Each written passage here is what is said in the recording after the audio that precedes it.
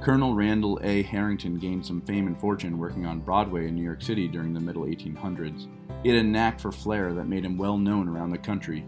He leveraged this fame to lease Rocky Point in Warwick, Rhode Island from a steamboat and trolley company. Harrington turned Rocky Point into a world-class amusement center where thousands of families would visit each day during the summers of the late 1800s. He did so well financially at Rocky Point, he convinced other investors to develop more amusement parks in the area and allowed him to manage them.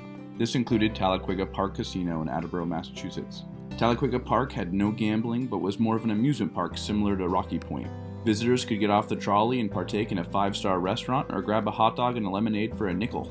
They could take a walk through the meadow and woods before arriving at a boat dock, where they could rent a rowboat for a relaxing afternoon with their beau.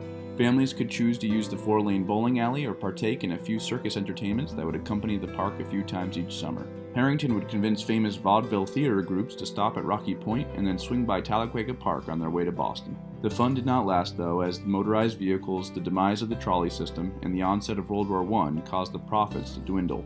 Harrington sold the amusement park to Bristol County in 1917, and it was turned into a tuberculosis hospital by 1919. Tuberculosis was eradicated in 90% of the populace by the 1950s, and there was no longer a need for the hospital. The county transformed the hospital into a nursing home and officially changed the name to Bristol County Nursing Home in 1972, even though patients had been living there for a couple of decades. The nursing home operated until 2001, when they could no longer pay their bills and the state determined the environment unsafe for human habitation. The roof was leaking, there was no septic, and there was mold and asbestos that needed to be removed.